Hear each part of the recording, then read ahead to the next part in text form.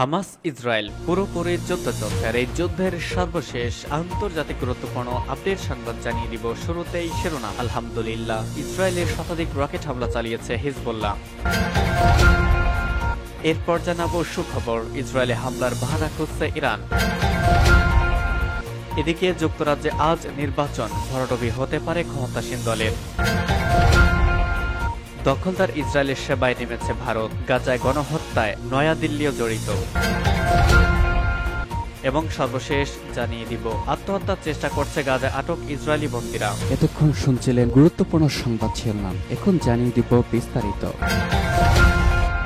ইসরায়েলের শতাধিক রকেট হামলা চালিয়েছে হিজবুল্লাহ। ইসরায়েলের বিভিন্ন লক্ষ্যে শতাধিক রকেট ছুড়েছে হিজবুল্লাহ। সম্প্রতি লেবাননে হামলা চালিয়ে সংগঠনটির একজন শীর্ষ কমান্ডারকে হত্যা করেছে ইসরায়েল। এর প্রতিশোধ নিতেই গতকাল দফায় দফায় ইসরায়েলের দিকে রকেট ছুড়েছে হিজবুল্লাহ। গত কয়েক সপ্তাহে হিজবুল্লাহর বেশ কয়েকজন শীর্ষ নেতাকে হত্যা করেছে ইসরায়েল। খবর এএপি এর। গত ৭ অক্টোবর ইসরায়েলের সীমান্তে প্রবেশ করে আকস্মিক হামলা চালায় ফিলিস্তিনি স্বাধীনতাকামী সংগঠন হামাস। এরপরেই গাজায় পাল্টা আক্রমণ চালায় ইসরায়েল। সেখানে অভিযানের নামে প্রতিদিনই নিরীহ ফিলিস্তিনিদের উপর হামলা চালানো হচ্ছে। এখন পর্যন্ত গাজায় প্রায় ৩৮,০০০ ফিলিস্তিনিকে হত্যা করা হয়েছে। এদিকে গাজায় সংঘাত শুরুর পর থেকে হিজবুল্লাহ এবং ইসরায়েলের মধ্যেও পাল্টা হামলার ঘটনা বেড়ে গেছে। টাইরে একটি গাড়িতে ইসরায়েলি হামলা দক্ষিণ লেবাননে একজন শীর্ষ হিজবুল্লাহ কমান্ডার নিহত হয়েছেন। নাম প্রকাশ না করার শর্তে হিজবুল্লাহ ঘনিষ্ঠ একটি সূত্র এপিকে তথ্য জানিয়েছেন। ইরান সমর্থিত সংগঠনটি জানিয়েছে ইসরায়েলের হামলায় তাদের শীর্ষ কমান্ডার মোহাম্মদ নামে নাসির নিহত হয়েছেন। তিনি হজ আবু নামেও পরিচিত।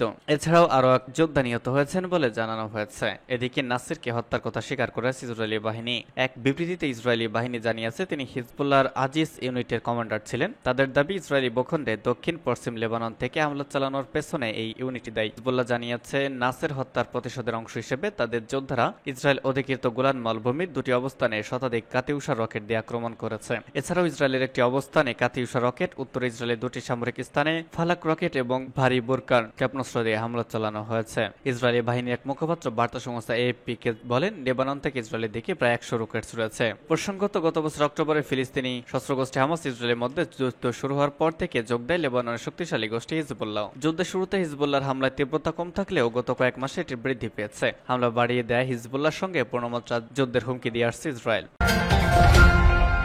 ইসরায়েলে হামলার বাহানা খুঁজছে ইরান। ইসরায়েলে হামলার বাহানা খুঁজছে ইরান, এমন কথা জানিয়েছেন খোদ ইরানের শীর্ষ একজন সামরিক কর্মকর্তা। গেল এপ্রিল ইসরায়েলে প্রথমবারের মতো সরাসরি হামলা চালায় ইরান। সেই হামলায় সাফল্য পেয়ে ইরানের বুকের ছাতি ফুলে উঠেছে। ইরানের মিডিয়া জানিয়েছে তাই আরও একবার ইসরায়েলে হামলা চালানোর পথ খুঁজছে তেহরান। গাজা উপত্যকায় স্বজন হারানোর অনুষ্ঠানে হাজির হয়ে এমন কথা বলেছেন ইসলামী বিপ্লব বাহিনীর এরোস্পেস ফোর্সের ব্রিগেডিয়ার জেনারেল আমির আলী হাজিজাদে। ইরানের শীর্ষ এই কর্মকর্তার সঙ্গে সাক্ষাৎ করা ব্যক্তিরা গাজা থেকে এসেছেন তিনি তা নিশ্চিতভাবে জানা যায়নি। হাজিজাদের বরাতে মেহের নিউজ জানিয়েছে, আমরা অপারেশন টু প্রমিস টু এর সুযোগ আসার অপেক্ষায় আছি। মধ্যপ্রাচ্যে যুক্তরাষ্ট্রের নজরদারি ড্রোন এবং ইরাকে মার্কিন ঘাঁটিতে হামলার জন্য গর্ব প্রকাশ করেছেন হাজিজাদে। ২০২০ সালে ইরাকে মার্কিন ঘাঁটিতে রকেট হামলা চালিয়েছিল ইরান। দেশটির ইসলামী বিপ্লবী গার্ড বাহিনীর মেজর জেনারেল কাসেম সুলাইমানিকে হত্যার প্রতিবাদে ওই হামলা চালায় তেহরান। ইরাকের বাগদাদে এক মার্কিন ড্রোন হামলায় নিহত হয়েছিল সুলাইমানি। এর আগে চরম শত্রু ইরানকে পুরোপুরি গুড়িয়ে দেওয়ার হুমকি দিয়েছেন ইসরায়েলের পররাষ্ট্রমন্ত্রী ইসরায়েল কাটজ।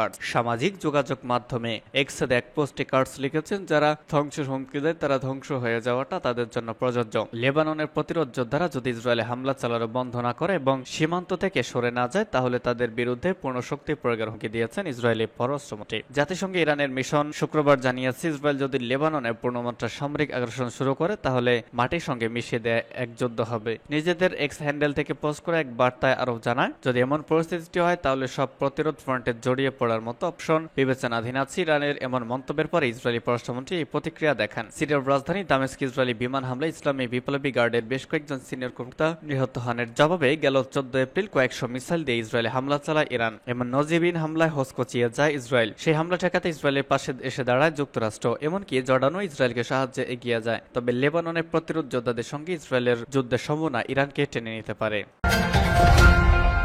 যুক্তরাজ্যে নির্বাচন আজ, ভরাডুবি হতে পারে ক্ষমতাসীন দলের। যুক্তরাজ্যের সাধারণ নির্বাচন আজ, এতে মূল প্রতিদ্বন্দ্বিতা হবে ক্ষমতাসীন কনজারভেটিভ পার্টি ও বিরোধী লেবার পার্টির মধ্যে। তবে বিভিন্ন জরিপের পূর্বাভাসে বলা হচ্ছে নির্বাচনে রেকর্ড ব্যবধানে জয় পেতে যাচ্ছে লেবার পার্টি। যুক্তরাজ্যের পার্লামেন্ট মোট আসন ৬৫০টি। সার্ভেনশনের সেন্ট্রাল সিনোয়ারি তথ্য অনুযায়ী লেবার পার্টি ৪৮৪ আসনে জয় পেতে পারে, যা দলটির সাবেক নেতা টনি ব্লেয়ারের আমলের ৪১৮টি আসনে জয়ের থেকেও বেশি। ১৪ বছর ধরে যুক্তরাজ্যে ক্ষমতায় অপেক্ষায় রয়েছে কনজারভেটিভ পার্টি। পূর্বাভাসে বলা হচ্ছে ক্ষমতাসীন দলটি মাত্র 64 আসনে জয় পেতে পারে, যা হতে পারে দলটি প্রতিষ্ঠার সর্বনিম্ন আসনের জয়। 1834 সালে কনজারভেটিভ দলের জন্ম হয়। তাছাড়া ডানপন্থী রিফর্ম ইউটিকে পার্টি জিততে পারে 7 আসনে। অন্যান্য এমআরপি বিশ্লেষণে লেবার পার্টির ছোট ব্যবধানে জয়ের পূর্বাভাস দেওয়া হয়েছে। এর আগে রেডফিল্ড ও উইলটন স্টাডিজের জরিপেও লেবার পার্টির জয়ের কথা বলা হয়েছে। যুক্তরাজ্যে নির্বাচিত সরকারের মেয়াদ হয় 5 বছরে। গতবারে অর্থাৎ 2019 সালে নির্বাচনে জয়ী হয়েছিল কনজারভেটিভ পার্টি। চল্লিশ বছরের ঋষি সুনাক কনজারভেটিভ পার্টির নেতৃত্ব দিচ্ছেন। 2022 সালে যখন তিনি প্রধানমন্ত্রী হন তখন তার বয়স ছিল 42। আধুনিক সময় ব্রিটেনের সবচেয়ে কম বয়সের প্রধান সুনাক। অন্যদিকে লেবার পার্টির নেতৃত্বে রয়েছেন স্যার কিয়ের স্টারমার, তার বয়স 61 বছর। যুক্তরাজ্যে সাধারণ নির্বাচনে ভোট দেওয়ার অপেক্ষায় রয়েছেন। আজ স্থানীয় সময় সকাল 7টা থেকে ভোট শুরু হয়েছে। 1945 সালের পর যুক্তরাজ্যে প্রথমবারের মতো জুলাই মাসে সাধারণ নির্বাচন অনুষ্ঠিত হতে যাচ্ছে। ভোট চলবে রাত 10টা পর্যন্ত। খবর বিবিসির। স্থানীয় স্কুল এবং কমিউনিটি হলের মতো ভবনগুলোতে স্থাপিত ভোট কেন্দ্রে ভোট দিবেন lakh lakh voter. House of কমন্সের 650 জন পার্লামেন্ট সদস্যকে নির্বাচন করবেন প্রায় 4,60,00,000 ভোটার। দখলদার ইসরায়েলের সেবায় নেমেছে ভারত। গাজায় গণহত্যা নয়া দিল্লিও জড়িত।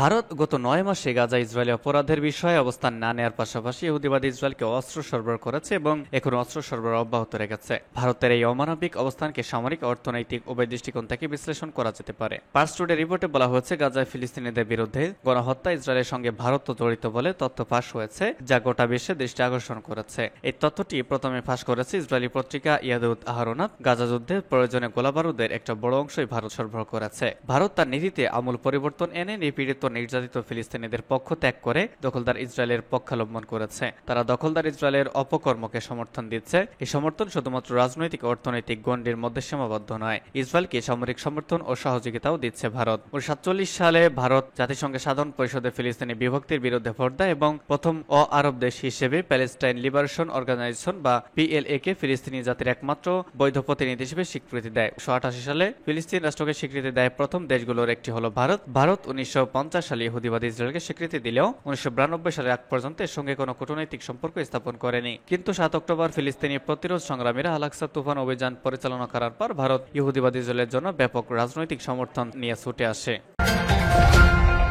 সর্বশেষ জানিয়ে দিব, আত্মহত্যার চেষ্টা করছে গাজা আটক ইসরায়েলি বন্দীরা। গাজা আটক কিছু ইসরায়েলি বন্দী আত্মহত্যার চেষ্টা করেছে বলে জানিয়েছেন ফিলিস্তিনি প্রতিরোধ আন্দোলন ইসলামিক জিহাদের সশস্ত্র শাখা আল কুদস ব্রিগেডের মুখপাত্র আবু হামজা। টেলিগ্রাম এক পোস্টে তিনি এই তথ্য জানান। আবু হামজা বলেছেন, বেশ কিছু ইসরায়েলি বন্দী আত্মহত্যার চেষ্টা করেছে। তাদের প্রতি ইসরায়েলি সরকারের অবহেলার কারণে তারা এই আত্মঘাতী পথ বেছে নিয়েছে। তিনি আরো বলেন, ব্রিগেডের ইউনিটগুলো থেকে তারা যথাযথ চিকিৎসা পাচ্ছে, অথচ বন্দী হওয়ার আগে তারা দেখেছিল ইসরায়েলি বাহিনী ফিলিস্তিনিদের কিভাবে চিকিৎসা সুবিধা থেকে বঞ্চিত রেখেছিল। ফলে তাদের বাহিনীর এসব দৃশ্য এখনো তাদের পীড়া দিচ্ছে। গত মাসে ইসরায়েলি বাহিনীর 4 ইসরায়েলি বন্দীকে মুক্ত করার জন্য নুসরাত শরণার্থী শিবিরে 270 জনের বেশি ফিলিস্তিনিকে হত্যা করেছে। এছাড়া প্রায় 700 জনকে হত্যা করেছে এবং আহত করেছে।